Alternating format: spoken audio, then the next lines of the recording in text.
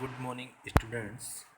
अपन ने previous class में study की थी कि क्या आर्टिफिशियल फीडिंग होती है या क्या विनिंग होती है। तो अब आज का अपना जो टॉपिक होगा वो होगा फीडिंग प्रॉब्लम्स। क्या होगा? Feeding problems. इसमें अपन देखेंगे जब अपन विनिंग या जो आर्टिफिशियल फीडिंग दे रहे हैं उसकी मात्रा को अगर अपन जो है उसकी क्वांटिटी को अगर अपन चेंज करते हैं तो अपने जो बेबी है उसके अंदर क्या होगा, जो फीडिंग प्रॉब्लम्स है वो क्या होगी, अकर होगी। अब कौन कौन सी ऐसी फीडिंग प्रॉब्लम्स है जो क्या हो सकती है, अकर हो सकती है, किसकी वजह से अपन जो आर्टिफिशियल जो फीडिंग दे रहे हैं बच्चे को उसके कारण कौन कौन सी जो है फीडिंग प्रॉब्लम्स अपने को अकर होगी, उसके बारे में आज अपन स्टडी करते हैं। तो देखते हैं, तो too little feed, too frequent feed, large amount feeding, wrong technique of feeding, bottle feeding are responsible for feeding problems. कुछ ऐसी रीजन्स हैं जिसकी वजह से क्या हो सकता है कि जो फीडिंग प्रॉब्लम्स है वो क्या होगी, अकर होगी।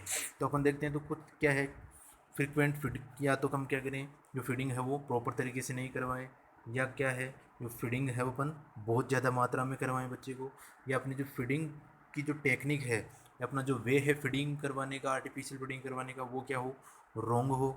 या हो सकता है बॉटल फीडिंग जो होती है, अपन जो बेबी को जो मिल्क वगैरह जो देते हैं अपन बोतल से अगर देते हैं तो उसके दौरान भी क्या हो सकती है, फीडिंग प्रॉब्लम्स अकर हो सकती है।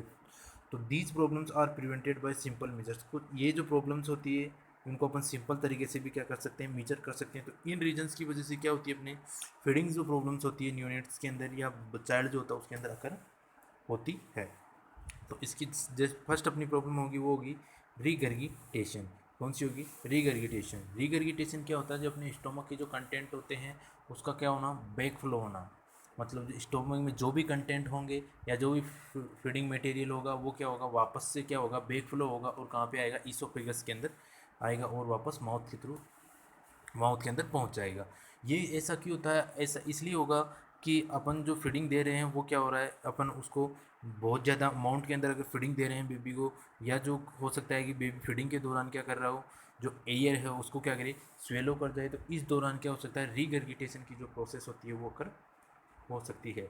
तो ये भी क्या है, एक प्रॉब्लम है फीडिंग की प्रॉब्लम। अगर अपन ने फीडिंग प्रॉपर तरीके से नहीं करवाई, अपना जो टेक्निक है फीडिंग करवाने का वो सही नहीं है, तो रीगर्गिटेशन की जो प्रोसेस है वो कर होगी। तो रीगर्गिटेशन क्या है, backward flowing of feed from stomach. क्यों हुआ? स्वेलोइड एयर, जो भी एयर है उसको क्या किया उसने, स्वेलो कर लिया, तो उसकी वजह से क्या हो रहा है, स्टोमक के जो भी कंटेंट है वो क्या होंगे, बैक फ्लो हो जाएंगे वापस इसोफेगस और माउथ के अंदर। अब इसका ट्रीटमेंट देखते हैं, तो infant should be placed on right side after feeding.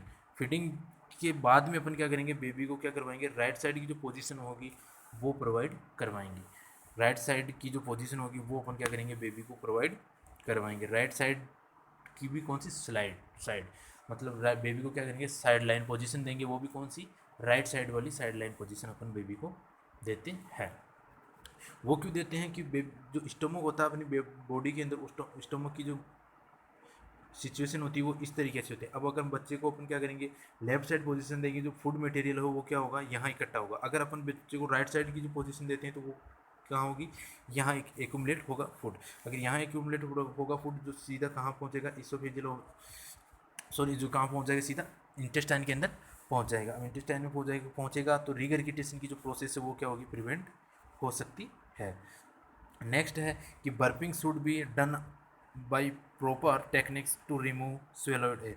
अब अपन क्या करते हैं, फीडिंग से पहले क्या करवाते हैं, बेबी को बर्पिंग की जो प्रोसेस होती है उसको शो करते हैं। मतलब पीठ वगैरह थपथपाना, वो क्या होती है, एक बर्पिंग की प्रोसेस होती है। वो क्या करेंगे, अपन प्रॉपर टेक्निक के अंदर क्या करेंगे, बच्चे को देंगे ताकि जो भी स्वेलोइड जो एयर है स्टोमक के अंदर वो क्या हो, रिमूव हो सके।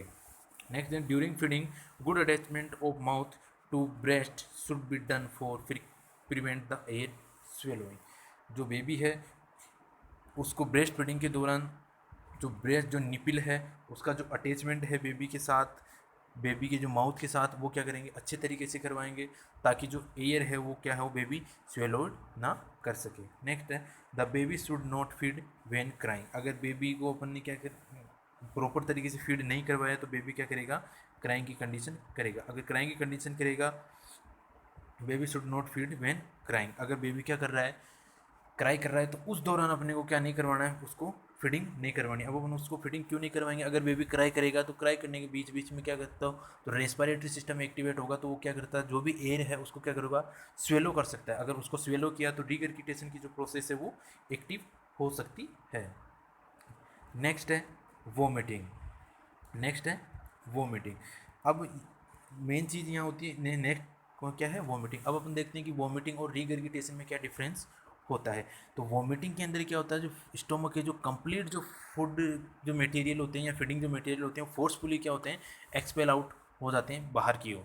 जबकि जो रिगर्गिटेशन में क्या होता है, जो एक्सेसिव जो अमाउंट के अंदर जो फूड होता है वही क्या होता है, बैक फ्लो होता है, जिसका कहाँ पे, स्टोमक और सॉरी इसोफेगस और माउथ के अंदर। तो रिगर्गिटेशन और वोमिटिंग में क्या होगा, फोर्सफुली एक्सपेल आउट होगा, और उसमें क्या होगा, जो भी एक्सेसिव अमाउंट के अंदर जो फूड है वो ही क्या आएगा, ओनली बैक फ्लो होगा, किसमें, इसोफेगस के अंदर। वो क्यों होगा, क्योंकि अगर हमने जो स्टमक की कैपेसिटी उससे ज़्यादा अगर फीडिंग करवा दी बेबी को, तो जो स्पिक्टर्स होते हैं अपने वो प्रॉपर तरीके से क्लोज नहीं हो पाएंगे, और जो फूड है मटेरियल है उसका क्या होगा, बैक फ्लो हो जाएगा इसोफेगस के अंदर। और वोमिटिंग क्या होगी, कंप्लीटली तरीके से क्या होना, स्टोमक की जो मटेरियल उनका फोर्सफुली तरीके से क्या होना, एक्सपेल आउट होना, वो क्या कहलाता है, वोमिटिंग कहलाता है।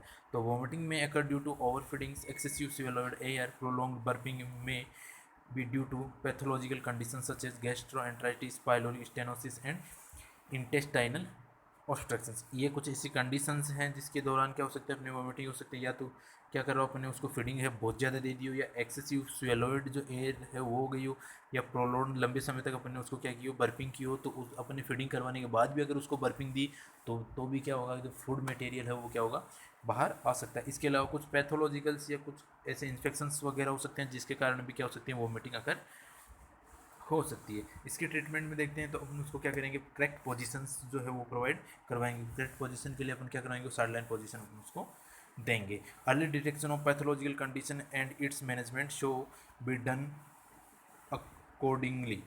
कहने का मतलब, जो भी डिजीज कंडीशन या जो भी इंफेक्शन अकर हुआ है उसको अपन क्या करेंगे, पहले आइडेंटिफाई करेंगे और उसको क्या करेंगे, उसके ट्रीटमेंट क्या करेंगे, उसको प्रोवाइड करवाएंगे। नेक्स्ट है calculated amount of feed should be given. जो भी अपन ने जो अमाउंट जो है वो कैलकुलेटेड किया है उसको क्या करेंगे, अपन उसको प्रोवाइड करवाएंगे, फीड करवाएंगे। Appropriate burping technique is use. जो भी अपने पास अप्रोप्रिएट जो टेक्निक्स है बर्पिंग की उसको क्या करेंगे, अपन यूज करेंगे। उसके बाद में आता है डिहाइड्रेशन एंड फीवर। उसके बाद में क्या आता है, dehydration and fever. Dehydration and fever. अब डिहाइड्रेशन का मतलब है, अपन जब बेबी को क्या करेंगे, प्रॉपर तरीके से न्यूट्रिशंस वगैरह नहीं देंगे तो बेबी के अंदर जो है न्यूट्रिटिव सब्सटेंस की क्या हो जाएगी, कमी हो जाएगी। अगर न्यूट्रिटिव सब्सटेंस की कमी होगी तो इलेक्ट्रोलाइट की भी क्या होगी, कमी होगी। तो उस कंडीशन में क्या होगा, डिहाइड्रेशन की कंडीशन होगी। अगर डिहाइड्रेशन हो गया तो बेबी का जो इम्यून सिस्टम है वो भी क्या होगा, वीक होगा, और इन्फेक्शंस और फीवर की कंडीशंस को क्या करेगा, जो कर सकता है। तो इसमें fever, drowsiness, lethargy and refusal of feed are common in neonate. It can be due to inadequate feeding और may be due to infections की वजह से हो सकता है। अब इसका ट्रीटमेंट में देखते हैं तो mother should B advise give breast feeding frequently. कहने का मतलब, मदर को अपन क्या करेंगे, गाइड देंगे कि आपको क्या करना है, प्रॉपर तरीके से क्या करवानी है, ब्रेस्ट फीडिंग करवानी ही है। एंड और अगर कुछ इन्फेक्शंस की वजह से अगर फीवर या ड्राउजीनेस आ रहा है या डिहाइड्रेशन की कंडीशन अकर हो रही है तो उस दौरान आप क्या करेंगे, उसको एंटीबायोटिक जो थेरेपी है वो भी क्या करवाएंगे, बेबी को प्रोवाइड करवाएंगे, ताकि प्रॉपर तरीके से क्या हो, ट्रीटमेंट हो सके और बेबी का जो इन्फेक्शन है उससे रिमूव हो सके। नेक्स्ट है adequate hygiene and warmth should be maintain. जो भी हाइजीन की जो कंडीशन है उसको भी क्या करेंगे, बेबी की हाइजीन कंडीशन को अपन मेंटेन करना है। नेक्स्ट है एक्सेसिव क्राई। एक्सेसिव क्राई का मतलब बहुत ज़्यादा बेबी का क्या होना, रोना। ये अब एक्सेसिव क्राइसिस की कंडीशन क्यों होती है, अब जब अपन बेबी को क्या करवाते हैं, फीड नहीं करवाते हैं प्रॉपर तरीके से, तो बेबी का जो स्टोमक कंटेंट है वो क्या होगा, खा स्टोमक होगा वो क्या होगा, खाली रहेगा। अब खाली रहेगा तो उसकी कौन सी प्रोसेस अकर होगी, हंगर की प्रोसेस होगी। अगर हंगर की प्रोसेस होगी तो उस दौरान क्या हो सकता है, बेबी क्या कर सकता है, क्राई की कंडीशन को शो कर सकता है। अपन जानते हैं कि जो बेबी होता है वो अपनी जो कंडीशन जो है वो शो कैसे करेगा, क्राई के दौरान ही क्या करता है अपने को, अब उसकी जो अपनी उस सेल्फ की जो हंगर और थ्रस्ट की जो कैपेसिटी होती है उसको शो करता है। तो excessive cry of infant is usually related to hunger. It may be due to wet, napkin, thirst, chilling, abdominal colics and discomfort. हो सकता है बेबी को क्या हो, भूख लग रही हो उस दौरान हो सकता है, या उसके जो क्लॉथ वगैरह हो वो भी क्या हो, गीले हों या प्यास लग रही हो या चिलिंग की प्रोसेस के दौरान भी क्या हो सकता है उसको डिस्कम्फर्ट फील हो रहा हो, तो उस दौरान बेबी क्या करेगा, हमेशा क्राई की कंडीशंस को शो करता है। तो इसके लिए अपन मदर को क्या करेंगे कि mother should provide adequate breast feeding and should use proper positioning and technique of breast feeding. Mother को अपन कहेंगे कि जो ब्रेस्ट फीडिंग है वो प्रॉपर तरीके से करवाए और जो टेक्निक है ब्रेस्ट फीडिंग की उसके अकॉर्डिंग ही क्या करवाए, ब्रेस्ट फीडिंग करवाए बेबी को, ताकि जो बेबी की जो थर्स्ट की या हंगर की जो प्रोसेस है वो क्या हो, कम हो, बेबी क्या करेगा, क्राई की कंडीशंस को शो नहीं करेगा। नेक्स्ट है अंडर फीडिंग। अंडर फीडिंग का मतलब है कि अपन ने बेबी को क्या नहीं करवाया हो, प्रॉपर तरीके से फीडिंग नहीं दी हो, तो वो भी क्या होगी, अंडर फीडिंग में आएगा। तो इसमें देखते हैं तो low breast milk productions, low breast milk production and early introductions of artificial feeding with high diluted formula feed due to ignorance and economical problems are the important causes of underfeeding and failure of weight gain। कहने का मतलब है कुछ ऐसी conditions होती है जिसके कारण क्या होती है, मदर जो अपने बेबी को क्या नहीं करवा पाती, प्रॉपर तरीके से क्या नहीं करवा पाती है, ब्रेस्ट फीडिंग नहीं करवा पाती है, या हो सकता है बेबी जो मदर है उसको क्या नहीं हो रहा प्रॉपर तरीके से ब्रेस्ट जो है उसका ब्रेस्ट मिल्क जो है उसका सिक्रेशन नहीं हो रहा, तो उस के दौरान क्या हो सकता है, अब उसको अंडर फीडिंग की प्रोसेस जो है वो करा सकते हैं। अब ऐसी कंडीशन क्यों हो सकता है, या तो कोई क्या हो सकता है कि उसको इन्फेक्शंस की कंडीशन हो, या इकोनॉमिकल प्रॉब्लम्स की वजह से क्या नहीं हो पाते, वो प्रॉपर तरीके से ऐसी कंडीशन को शो नहीं कर पाते, तो क्या होता है फीडिंग प्रॉब्लम्स को कोज कर सकता है। जिसके अगर फीडिंग प्रॉपर तरीके से नहीं होगी तो बेबी का जो वेट होगा वो क्या होगा, कम हो जाएगा, और बेबी जो है जो न्यूट्रिशनल जो डिसऑर्डर्स आते हैं अपने क्वाशियोकोरोन मेरास्मस की कंडीशन को भी शो कर सकते हैं।